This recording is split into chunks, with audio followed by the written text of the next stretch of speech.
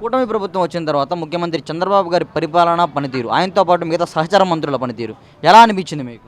అది చాలా అద్భుతంగా ఉంది, అందులో అనుమానం లేదు. అందరూ బాధ్యతాయుతంగా ప్రవర్తిస్తున్నట్టు కనపడుతున్నాడు. రెవెన్యూ మంత్రి కానీ విద్యాశాఖ, ఇదివరకు విద్యాశాఖ మంత్రి ఏం చేస్తున్నారో తెలియదు బొత్స గారు.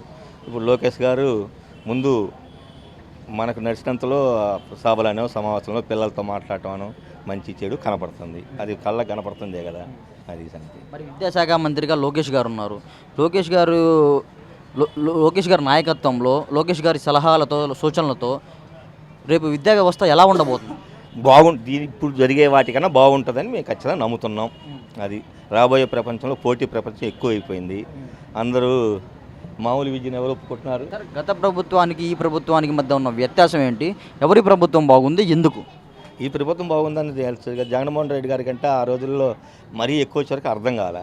ఈయనకంటే ఎన్నో చూసి ఉన్నాడు కాబట్టి ప్రజలు ఎప్పుడు ఎటు గుద్దుతారో తెలియదు కాబట్టి వీళ్ళు మటుకు ఒళ్ళు దగ్గర పెట్టుకొని ఉంటున్నారు, అందులో అనుమానం లేదు. చంద్రబాబు గారు మొట్టమొదటిసారి ముఖ్యమంత్రి అయినప్పుడు ఎలా ఉండేవాడినో ఇప్పుడు కూడా అలాగే ఉంటాను, అలాగే రాష్ట్రాన్ని అభివృద్ధి చేస్తానని చెప్పంటున్నారు. అలా ఆ ముఖ్యమంత్రి గారు ఇప్పుడు కనపడుతున్నారా?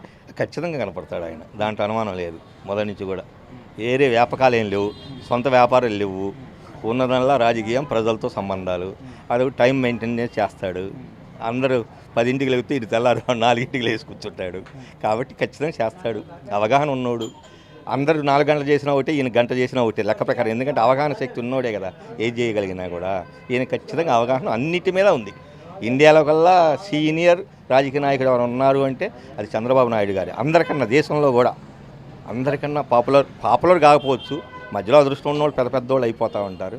కానీ ఈయన వరకు నెంబర్ 1, అందులో అనుమానం లేదు. ప్రభుత్వం ఇటీవల రెవెన్యూ సదస్సులు అంటూ ఏర్పాటు చేసింది. వాటి మీద మీ అభిప్రాయం ఏంటి? అవి ప్రజలకి ఎలా ఉపయోగపడబోతున్నాయి? అది అంత ఖచ్చితంగా చెప్పలేం. ఎందుకంటే ఇవన్నీ ఎవరు అర్థం చేసుకుంటున్నారు? అంత ప్రజలు నలిగిపోయి ఉన్నారు. ఎవరిని నమ్మాలో కూడా అర్థం కావట్లేదు ప్రజలకి మటుకు ఎవరిని నమ్మాలో అర్థం కావట్లేదు. అదొక్కటి మనకు వాస్తవం.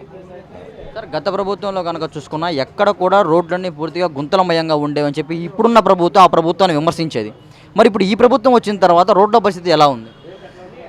కొన్ని చోట్ల మటుకు అతుకులు వేశారు, కొన్ని చోట్ల మటుకు సొగం గుంతలు పూడ్చారు. పూర్తిగా మటుకు మన సత్తెనపల్లి నుంచి రెడ్డిగూడెం వరకు చూస్తే బాగోవాలి అసలు రోడ్డు, దాంట్లో అనుమానం కూడా లేదు.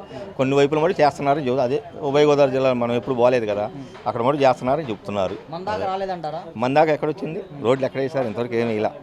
ఈ వీడియో నచ్చితే లైక్ చేయండి. అలాగే మా ఛానల్ ని ఫస్ట్ టైం కనుక చూస్తున్నట్టయితే ఇప్పుడే సబ్స్క్రైబ్ చేసుకుని పక్కనే ఉన్న గంట సింబల్ ని యాక్టివేట్ చేసుకోండి. అప్పుడే మేము పెట్టే ప్రతి వీడియో మీకు నోటిఫికేషన్ గా వస్తుంది. అలాగే ఈ వీడియో పూర్తిగా చూసినందుకు ధన్యవాదాలు.